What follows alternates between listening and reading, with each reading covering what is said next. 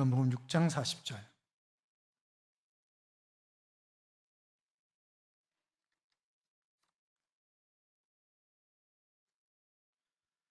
같이 읽겠습니다. 내 아버지의 뜻은 아들을 보고 믿는 자마다 영생을 얻는 이것이니 마지막 날에 내가 이를 다시 살리리라 하시니라. 아멘. 같이 인사하겠습니다. 주의 이름으로 잘 될 것입니다. 더 잘 될 것입니다. 끝없이 잘 될 것입니다. 아멘. 주님의 부활을 축하하면서 이렇게 부활절 예배에 나오신 여러분, 하나님께서 이 한 주간 여러분과 동행하심으로 행복한 힘 있는 능력 있는 그런 한 주간의 삶이 될 줄로 믿습니다. 예일대학교 교수였던 신학자 야로슬라프 펠레킨이라는 사람이 있습니다. 이분이 이런 이야기를 하셨어요. 그리스도가 살아났다고 한다면 그 어떤 것도 중요하지 않다. 그리고 그리스도가 살아나지 않았다고 한다면 다른 어떤 것도 소용이 없다 하는 그런 얘기를 했습니다. 오늘은 절망과 죽음의 무덤문을 여시고 영생의 소망을 주신 그런 날입니다. 그러므로 부활절은 절망을, 죽음을 말하는 날이 아니라 소망을, 승리를, 영생을 말하는 그런 날입니다. 부활의 아침에 두려움이 없는 담대한 믿음, 거침없는 성도의 삶을 다짐하면서 죽음과 세상을 이겨 멋지게 승리하는 삶을 살아가는 하나님의 자녀들이 되시기를 주님의 이름으로 축원합니다. 예수님이 부활하셨습니다. 믿으십니까? 영국의 시인인 테니스는 자연에 나타난 하나님의 섭리를 정말 아름다운 그런 단어들로 시로 표현한 그런 사람입니다. 그가 어느 날 시골길을 가는데 어떤 아주머니가 방실방실 웃으면서 일을 하는 거예요. 그래서 하도 궁금해가지고, 아니 아주머니 뭐 무슨 좋은 일 있으신가 봐요? 그랬더니 이 아주머니가 이렇게 얘기를 합니다. 선생님, 저는 한 가지밖에 알지 못합니다. 그것은 예수 그리스도께서 온 인류를 위해서 죽으셨다가 다시 부활하셨습니다. 오늘 그 부활을 기념하는 날이거든요.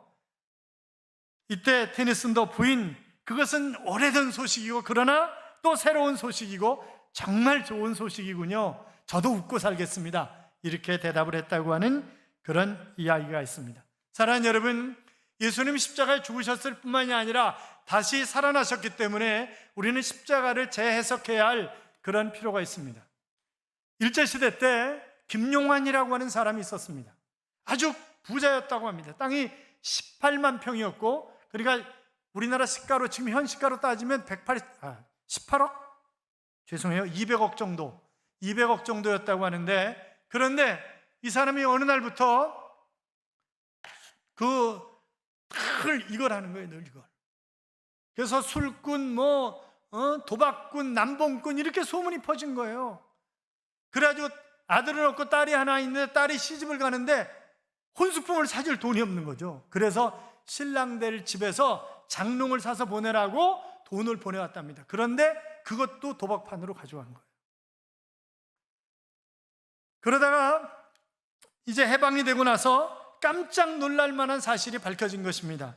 김용환은 노름꾼도 아니었고 남봉꾼도 아니었고 술꾼도 아니었습니다. 그는 독립투사였습니다. 뒤에서 늘 독립운동하는 사람들을 도와주는 그런 사람이었어요. 그의 돈은 모두 독립운동에 들어간 것입니다. 일본인의 눈을 피하려고 노름판에 가서 모든 것을 잃은 것처럼 하고 돈을 다 뒤로 빼서 돌린 것입니다. 임종할 때 이 독립을 하는 그런 동지들이 그의 곁을 지키면서 이렇게 얘기를 합니다. 이제 여기서만은 만주로 그 많은 돈을 보낸 것을 얘기해야 되지 않겠는가? 이제 자네가 죽어가고 있는데, 그랬더니 죽어가면서 이렇게 얘기를 합니다. 선비가 당연히 해야 할 일을 했는데 무슨 이야기를 합니까? 그는 끝내 자기 돈이 그 독립운동하는 데 들어갔다는 이야기를 하지 않고 조용히 눈을 감았습니다. 김용환은 재해석되었고, 그래서 그는 노름꾼, 남봉꾼, 술꾼이 아니라 애국자라고, 그래서 1995년 결국 정부는 건국훈장, 애국장을 그에게 수여했습니다. 사랑하는 성도 여러분, 예수님의 죽음도 재해석되어야 합니다. 사람들이 예수를 죽이고 돌무덤에 묻어두었지만 예수님은 묻힌 지 3일 만에 부활하셔서 그 무덤은 지금까지 비어 있습니다. 예수님의 무덤처럼 모든 무덤은 열리고 모든 무덤은 비워지게 될 것입니다. 우리가 사도신경 고백을 하면서 산자와 죽은 자를 심판하러 오시리라 그렇게 고백을 하잖아요. 예수님께서 이제 다시 오시는 날이 있을 것입니다. 그분은 이 땅에 세상을 심판하기 위해서 오실 터인데 그때 우리는 새로운 육체로 변화되게 될 것입니다. 왜냐하면 지금 이 고기 덩어리라고 하는 그 육체라고 하는 단어와 변화된 육체는 단어 자체가 달라요. 그래서 그 육체는 영원히 썩지 않는, 그래서 만약 우리가 예수님이 재림하시기 전에 죽으면 그러면 천국에 올라갔다가 주님이 재림하시는 그날 데살로니가전서 4장에 있는 말씀처럼 그 주님과 함께 오게 될 것입니다. 그러나 우리가 살아있을 때 지금 마지막 때에 가까운 증거들이 거의 다 이루어졌기 때문에 우리가 살아있을 때 주님이 재림하시지 않을까 하는 그런 기대감을 갖게 합니다만, 주님이 우리 살아있을 때 재림하시면 우리는 공중의 들리움을 받으면서 우리의 육체가 변화될 것입니다. 영원히 썩지 않은 것으로. 그리고 공중에서 혼인잔치가 이루어지게 될 줄로 믿습니다. 성경이 그렇게 말씀하고 있기 때문에 그렇습니다. 허다한 죄인들이, 수많은 사람들이 생각하기를 세상의 무서운 법률도 권세도 힘도 죽은 자에게는 의미 없는 것 아니냐. 그래서 사람들이 이런 얘기를 하잖아요. 죽으면 끝이야. 죽으면 끝난 거지 뭐. 뭐 죽으면 할 게 뭐야. 이런 얘기를 많이 하고 살지만, 그러나 결단코 죽음은 끝이 아닙니다. 긍정심리학으로 잘 알려진 목회자이자 작가인 노만 빈센트 필 목사님과 그의 아내 루스 필 여사가 세운 가이드 포스트라고 하는 비영리 단체가 있습니다. 거기서 발간하는 그런 잡지에 실린 이야기인데, 이혼한 지 1년 정도 된 어느 부인이 살기가 너무 힘든 거예요.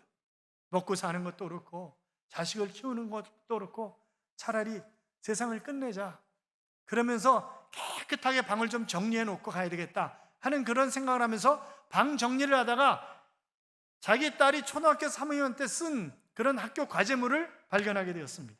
그 과제물은 1살 때부터 8살 때까지 매년 그 찍은 사진을 한 장씩 붙이고 그때 어떤 일이 있었는지라고 하는 것을 기록해 놓은 그런 것이었습니다. 그리고 아이가 8살 그 마지막 장을 하고 그 밑에다 끝 이렇게 썼습니다. 그런데 선생님이 거의 다 참 잘했어 그러면서 끝이 아니야, 이제부터 너의 인생은 시작되는 거야, 새로운 시작이야, 그렇게 담임선생님이 써놓으신 거예요. 아, 내가 다시 시작하면 되잖아, 나도 다시 시작할 수 있잖아, 하나님이 계시잖아, 그리고 다시 시작하게 되었다고 하는 그런 이야기를 써놓았습니다. 사랑하는 여러분, 아무리 과거를 멋있고 예쁘게 정리한다 할지라도 그것이 끝이라고 한다면 의미가 없는 것 아니겠어요? 지난 시간을 발판 삼아서 배우고 반성하며 새날을 우리가 살아갈 수가 있어야 하는 것입니다. 예수님의 주옥 같은 가르침이라든지, 귀신을 추방하시고 병든 자를 고치시고 죽은 자를 살리셨다고 하든지, 이런 성경에 있는 그분이 하신 모든 말씀이 그분이 죽음으로 모든 것이 끝나는 것이라고 한다면 이 성경은 의미가 없는 것입니다. 이게 무슨 의미가 있겠어요? 그렇잖아요? 주님이 부활하셔서 갈릴리로 가시고 새 시작을 하셨기 때문에 성경은 우리에게 복음이 되는 것입니다. 사람의 끝은 하나님의 시작입니다 라고 하는 책이 있습니다. 그 책 서문에 이렇게 써놨어요. 하나님은 끝을 끝내고 절망을 절망케 하고 실패를 실패케 하고 사망을 사망케 하신다, 그렇게 써놨습니다. 맞는 말 아닙니까? 공의 하나님께서 정하시는 날 천사장의 나팔 소리와 함께 예수님께서 재림하시는 그날 모든 사람들은 재림하시는 주님을 맞이하게 될 것입니다. 사랑하는 여러분, 우리가 이 성경을 읽으면서 잘 해석이 안 될 때가 참 많이 있어요. 아니, 그것은 비단 우리뿐만이 아니라 예수님의 제자들도 마찬가지예요. 그래서 예수님께서 제자들에게 비유를 가르치신 후에 끊임없이 다시 반복해서 말씀하셨던 것을 우리가 복음서를 통해서 확인할 수 있습니다만, 부활도 마찬가지예요. 예수님이 이제 십자가에 못 박혀 돌아가시고 3일 만에 부활하실 것이라고 하는 것을 수없이 말씀하셨음에도 불구하고 이해가 안 되는 거예요. 이해가 안 되는 거예요. 그러니까 예수님을 가장 잘 따랐던 여인들이 결국 예수님의 시체에 향품을 바르기 위해서 그 향품을 가지고 하는 거잖아요. 시체 썩지 말라고, 냄새 나지 말라고. 그러면서 걱정을 하잖아요. 누가 돌문을 굴려줄 거냐? 도대체 누가 돌문을 굴려줄 거냐? 여러분, 예수님은 부활하셨습니다. 그분이 잠자는 자들의 첫 열매가 되셨기 때문에 우리도 부활할 줄로 믿습니다. 그렇잖아요. 그래서 누가복음 여러 군데에서 바로 부활하신 주님이 너희가 이제 나의 증인이다 이렇게 말씀을 하셨어요. 이 증인이라고 하는 마르투스라고 하는 단어는 바로 죽음으로 증거를 말하는 자라고 하는 그런 의미입니다. 그러니까 사형수가 있어요. 이 사형수가 사형을 면하는 방법은 뭐예요? 대통령이 특사로 그런다든지 아니면 마지막 재판에서 증인이 나타나가지고 저 사람이 아닙니다, 이 다른 사람이다라고 하는 증거를 해줘야. 그런데 증언한 사람이 가짜로 증언한 것이 들통이 나면 사형수와 함께 그 증언을 한 사람도 죽는다는 거예요. 같이 죽인다는 거예요. 그것이 그 당시의 법이었다고 하는 것입니다. 그러니까 우리가 증인이라고 하는 말은 신앙생활은 생명 걸고 하는 것이 신앙생활이다라고 하는 그런 의미가 되는 것입니다. 그러니까 우리가 복음을 전하는 것도 생명 걸고 복음을 전하는 것이지 그냥 전하는 것이 결단코 아닙니다. 여러분, 신앙생활은 취미생활이 아닙니다. 여가생활이 아닙니다. 심심해서 사람 만나는 것이 좋아서 교회 오는 것이 결단코 아닙니다. 그런 데도 있더라고요. 교포교회는 거의 그렇더라고요. 제가 미국 가서 학교 다닐 때도 마찬가지고 또 그 집회 갔을 때도 그렇고 보면 왜 교회 오냐? 밥 먹기 위해서 교회 온다는, 밥 먹기 위해서. 그러니까 아침에 빵 한 조각 우유 한 컵 마시고 출근을 하고 그렇게 한 주간 생활하다가 주일날 교회 가면 딱 한식 먹을 수 있다는 거예요. 주일날. 그래서 한인교회는 전부 다 점심을 합니다. 점심 안 하면 안 모여요, 사람들이. 그리고 맨날 잘 되지도 않은 영어 가지고 고생하다가 한국말 하려고 주일날 온다는 거지, 교회에. 그러나 여러분, 우리가 신앙생활 하는 것은 생명 걸고 하는 것이지 취미생활, 여가로 하는 것 결단코 아닙니다. 그 사랑프로스 병원을 세운 국희훈 원장이라고 하는 분이 있어요. 이 병원 직원들은 1년에 2차례씩 해외 의료 선교를 나갑니다. 그런데 이 국원장이 어렸을 때 아버지 사업이 망해가지고 거의 영양실조에다가 죽음 일보 직전까지 갔다는 거예요. 그런데 중학교 때 복음을 전해줬고 그래서 예수 믿고 열심히 교회를 다니다가 의사가 된 후에 또 타락한 거예요. 술 마시고 막 난리를 친 거죠. 그런데 간호사가 끊임없이 원장을 위해서 기도하고 그러면서 결국 전도를 받아서 교회에 나왔는데 목사님이 설교를 하시면서 이 아브라함과 롯 얘기를 한 거죠. 그러니까 야, 내가 롯이구나. 하나님, 제가 롯이었습니다. 정말 죄송합니다. 그랬더니 하나님이 세미한 음성으로 아니야, 너는 롯이 아니라 아브라함이야. 너는 복의 근원이야. 내가 너를 얼마나 기다리는 줄 아니? 그렇게 말씀하시더라는 거죠. 그래서 하나님, 제가 잘못했습니다. 대성통곡하고 막 회개하는데 방언이 터지더라는 거예요. 그러면서 하나님이 선교병원을 세우라 그래서 병원을 세우고 정말 아름답게 그 하나님을 섬기는 증인의 삶을 살아가고 있는 것입니다. 사랑하는 여러분, 우리의 삶이 어떻습니까? 찬송가 491장에 보면 괴로움과 죄가 있는 곳 나 비록 여기 살아도라고 하는 그런 가사가 있는데 참 힘든 세상이죠. 괴로운 세상입니다.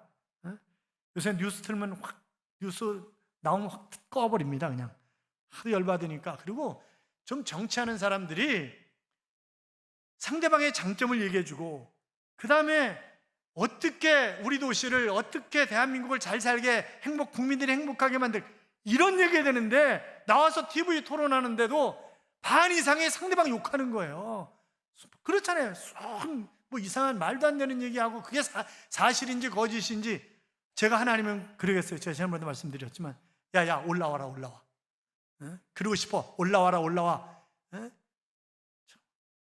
사랑하는 여러분, 비록 여기 살아도 빛나고 높은 저곳을 날마다 바라보며 갑니다. 그렇잖아요. 우리 그렇게 살아야 되는 거 아니겠어요? 삶의 현장에서 성령이 함께 하시면 우리가 얼마든지 힘있고 능력 있는 그런 삶을 살아갈 수 있습니다. 사랑하는 성도 여러분, 부활의 주님이 우리를 살리실 줄로 믿습니다. 우리는 영생하도록 되어 있는 하나님의 자녀들입니다. 요한복음 11장 25절에 보면 예수께서 이르시되 나는 부활이요 생명이니 나를 믿는 자는 죽어도 살겠고 무릇 살아서 나를 믿는 자는 영원히 죽지 아니하리라 그랬습니다. 믿으십니까? 믿는 분들은 크게 아멘. 아멘. 그 부활의 주님과 동행함으로 두려움 없이 늘 멋지게 승리하는 삶을 살아가는 하나님의 자녀들이 되시기를 주님의 이름으로 축원합니다. 우리 같이 부활의 주님을 찬양하며 그 부활의 주님을 증거하며 사는 삶이 우리의 삶이 될 수 있도록 함께 기도하겠습니다. 살아계신 하나님 아버지 감사합니다. 하나님 또로 주님이 사시길 빌곤하며 여호와 하나님 도우시고 인도하셔서 주님이여 또로 주님 주옵소서. 신실하신 주님, 능력의 주님, 권능의 주님 하나님